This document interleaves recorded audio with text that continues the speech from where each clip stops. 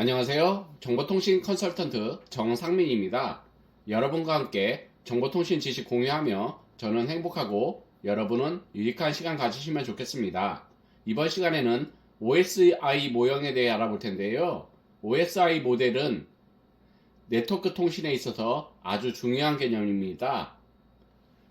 OSI 모델 기능에 대해 알아볼 텐데요. OSI 모델은 크게 7단계로 나눠져 있습니다. OSI 1레이어는 물리계층, 2레이어는 데이터 링크 계층, 3레이어는 네트워크 계층, 4레이어는 전송 계층, 5레이어는 세션 계층, 6레이어는 표현 계층, 7레이어는 응용 계층이 되겠습니다. 응용 계층의 역할은 응용 프로그램이 네트워크 지원을 사용할 수 있는 통로를 제공해주는 역할을 하고요. 표현 계층은 데이터가 네트워크를 통해 전달될 수 있도록 데이터를 변환해주는 역할을 합니다. 세션 계층은 응용 프로그램 간의 연결을 성립하게끔 하고 작업 완료 후 연결을 끊는 역할을 합니다. 전송 계층은 통신망의 상태 감시와 오류 검출 및 회복을 역할을 맡습니다. 네트워크 계층은 경로 설정을 하고요. 데이터 링크 계층은 전송 오류 제어를 합니다. 물리 계층은 물리적으로 연결되는 역할을 하게 되겠습니다. 보시는 신호는 송신 측과 수신 측에서 서로 신호를 주고받는 과정을 설명하고 있는데요.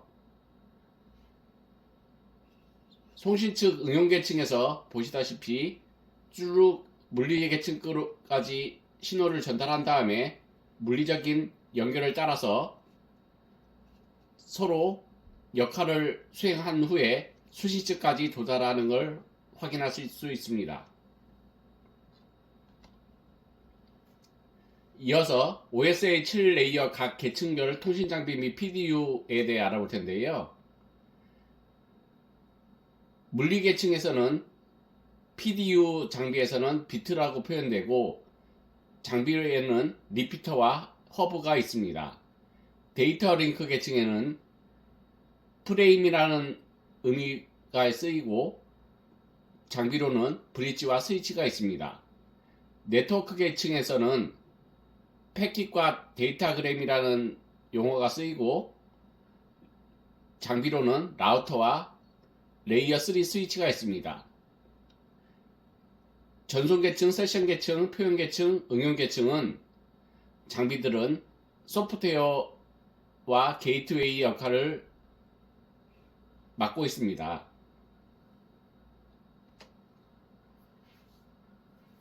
이어서 물리계층에 대해 설명하고 있는데요. 물리계층의 전송 단위는 비트이고 대표 장치로서 케이블, 안테나, 앰프, 네트워크 허브, 리피터 등이 있습니다. 프로토콜로는 이더넷, USB 케이블, 블루투스, 와이파이, LTE, 5G 등 안테나가 있습니다. 물리계층은 실제 장치들을 연결하기 위해 필요한 전기적, 물리적 세부 사항들을 정의합니다. 예를 들어 핀들의 배치나 전압, 전선의 명세 등이 이 계층에 포함됩니다. 허브가 물리계층의 장치입니다. 물리계층에서 수행되는 중요한 일들은 다음과 같습니다. 쉽게 생각해서 물리계층은 벽면에 있는 랜선 포트에서 나와 방구석 어딘가에서 굴러다니는 허브까지 연결된 부분이라고 이해하면 편합니다.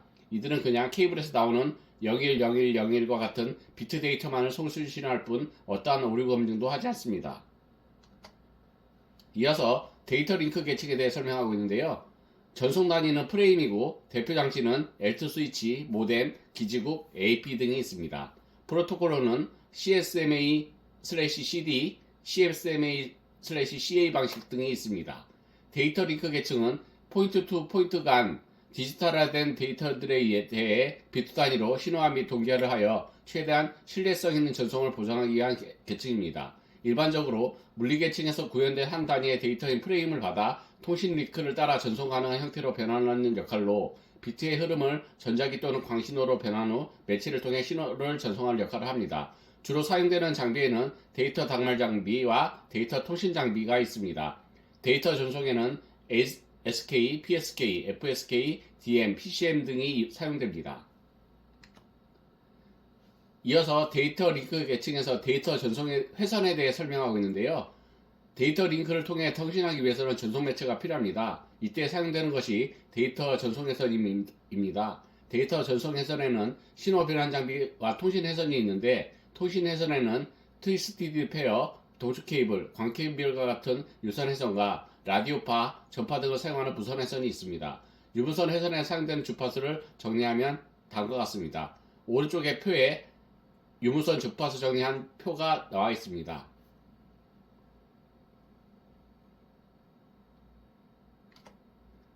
이어서 데이터 링크 계층의 인코딩 방식에 대해 설명하고 있는데요. 인코딩은 잡음을 줄이기 위한 여러 노력들로 주로 높은 대역폭 및 BPS, BER, 낮은 SNR을 목적으로 합니다. 그 결과 전송 효율에 영향을 미치게 되고, 인코딩 방식에는 NRZ-L, NRZ-I, B2ZS, HDB, 맨체스터, 디퍼런셜 맨체스터 등이 있습니다. NRZ-L 방식은 두 바이너리 인풋 비트를 다른 전압으로 사용한 가장 쉬운 방식으로 주로 컴퓨터 주변 장치에 사용됩니다. 속도가 느리고 짧은 거리에서 사용되며 가장 쉬운 형태에서의 인코딩 방식이라 대역폭을 1대1 대응으로 사용하여 효율적인 운영이 가능합니다. NRZ-I 방식은 긴 영에서 사용하지 않은 것을 주로 원칙으로 하고 있으며 주번 극성에 따라 인코딩을 진행합니다. 단점으로 동기화 능력 부족이 있는데, 이는 DC 성분으로 인해 효율적인 사용이 불가능하기 때문입니다. 이들 NRZ 방식들은 디지털 전자기록에만 사용되고 통신에서는 사용되지 않습니다. B2ZS 방식은 2개 이상의 신호 레벨을 사용하는 방식으로 긴 1에 대해서 동기 감쇄가 없지만 긴 0에 대해서는 동기 감쇄가 있습니다.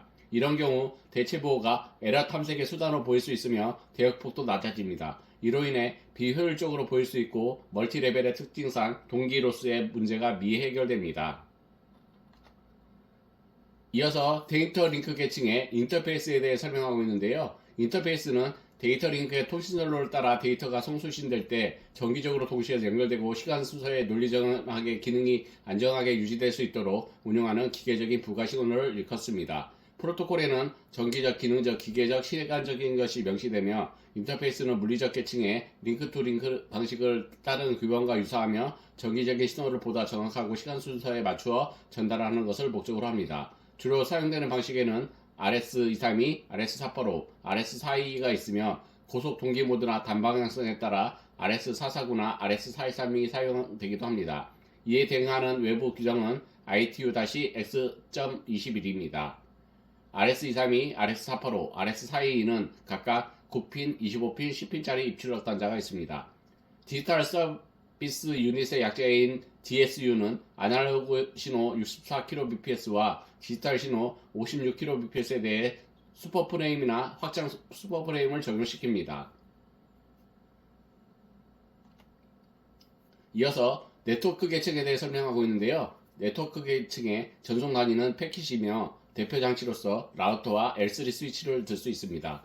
프로토콜로 여러 가지 방식을 보여주고 있고요. 네트워크 계층은 여러 개의 노드를 거칠 때마다 경로를 찾아주는 역할을 하는 계층으로 다양한 길이의 데이터를 네트워크들을 통해 전달하고, 그 과정에서 전송 계층이 요구하는 서비스 품질을 제공하기 위한 기능적 절차적 수단을 제공합니다. 네트워크 계층은 라우팅, 패킷 포워딩, 세그멘테이션, 인터넷 네트워킹 등을 수행합니다.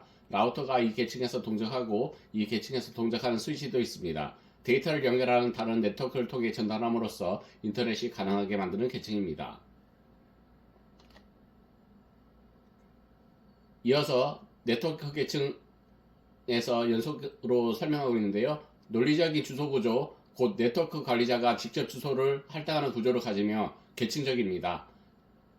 3, 4계층은 TCP/IP 프로토콜 스택은 컴퓨터 커널 내부에 구현되며, 하위 2계층과 디바이스 드라이버를 통해 컴퓨터 내부에서 데이터를 통신합니다. 선결 조건으로 운영체제에서 네트워크 장치가 사전에 인식되어 있어야 합니다. TCP/IP 프로토콜 스택은 2계층에서 받은 데이터를 소켓 인터페이스를 통해 7계층으로 올려보냅니다.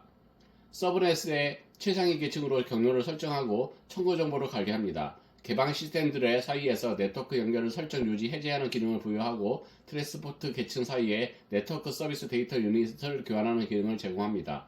현재 사용하는 인터넷은 기본적으로 네트워크 계층에 속하는 망입니다. L3에서 L5 사이는 보통 국제 인터넷 표준화 기구에서 규격을 관리합니다. 이어서 전송 계층에 대해 설명하고 있는데요. 전송 계층의 전송 단위는 세그멘트이며 대표 장치는 L4 스위치, 프로토콜은 TCP와 UDP 방식이 쓰이고 있습니다. 전송 계층은 약끝단에 사용자들이 신뢰성 있는 데이터를 주고받을 수 있도록 해주어 상위 계층들이 데이터 전달의 유효성이나 효율성을 생각하지 않도록 해줍니다. 시커스 넘버 기반의 오류 제어 방식을 사용합니다. 전송 계층은 특정 연결의 유효성을 제어하고 일부 프로토콜은 상태 개념이 있고 연결 기반이 있습니다. 이는 전송 계층이 패킷들의 전송이 유효한지 확인하고 전송 실패한 패킷들을 다시 전송한다는 것을 뜻합니다. 가장 잘 알려진 전송 계층의 예는 TCP입니다. 종단 간 통신을 다루는 최하위 계층으로 종단 간 신뢰성이 있고 효율적인 데이터를 전송하며 기능은 오류 검출 및 복구와 흐름 제어, 중복 검사 등을 수행합니다. 이어서 세션 계층에 대해 설명하고 있고요. 대표 장치로는 L4 스위치, 프로토콜로 역시 TCP와 UDP 방식이 쓰입니다. 세션 계층은 양끝단의 응용 프로세스가 통신을 관리하기 위한 방법을 제공합니다. 동시 송수신 방식, 반이중 방식, 전이중 방식의 통신과 함께 체크 포인팅과 유효 종료, 다시 시작 과정 등을 수행합니다. 이 계층은 TCP/IP 세션을 만들고 없애는 책임을 집니다. 통신하는 사용자들을 동기화하고 오류 복구 명령들을 일괄적으로 다룹니다. TCP는 신뢰성이 높지만 속도가 상대적으로 느리고 UDP는 속도는 높지만 신뢰성은 상대적으로 낮습니다. 이어서 표현 계층에 대해 설명하고 있는데요. 프로토콜은 ASCII, 유니코드 등 여러가지 방식이 쓰이고 있습니다. 표현 계층은 코드 간의 번역을 담당하여 사용자 시스템에서 데이터의 형식상 차이를 다루는 부담을 응용 계층으로부터 덜어줍니다. 표현 계층은 세 가지 주요한 기능을 가지고 있는데 수신자 장치에서 적합한 애플리케이션을 사용하여 송신자 장치로부터 온 데이터를 해석하기 위한 응용 계층 데이터 보호와 변환, 수신자에서 압축을 풀 수 있는 방식으로 된 데이터 압축 전송을 위한 암호화 복화, MIME 인코딩이나 암호화 등의 동작이 이 계층에서 이루어집니다. 예를 들면 EBC, DIC로 인코딩된 문서 파일을 ASCII로 인코딩된 파일로 바꿔주는 것이 표현 계층의 몫입니다. 최근 문자 데이터 외에도 음성, 동영상 등 멀티미디어 트래픽 데이터도 포함됩니다. 이어서 응용 계층에 대해 설명하고 있는데요. 전송 단위로서는 메시지 또는 데이터가 있으며 대표 장치로는 L7 스위치, 방화벽, 그리고 프로토콜로는 FTP, HTTP 등을 비롯하여 여러가지 방식으로 쓰이고 있습니다. TCP/IP 4계층 경우 하위 3계층 TCP/IP 프로토콜 스택을 통해 전달받은 패킷을 다시 파싱해 응용 소프트웨어를 통해 최종적으로 사용자까지 데이터를 전달합니다. 응용 계층은 응용 프로세스와 직접 관계하여 일반적인 응용 서비스를 수행합니다. 일반적인 응용 서비스는 관련된 응용 프로세스들 사이에 전화를 제공합니다. 응용 서비스의 예로 가상 터미널, Job Transfer and Manipulations 프로토콜이 있습니다. WWW를 위한 HTTP는 L7에서 동작하는 프로토콜입니다. 포트 번호를 통해 L4, L5와도 통신합니다. 오늘은 OSI 7계층에 대해 설명하였는데요. 여러분께 유익한 시간이 되었으면 좋겠습니다. 오늘 발표한 자료는 나무위키를 참조하였습니다. 나무위키 관계자분들께 감사 인사드립니다. 감사합니다. 즐거운 주말 보내세요.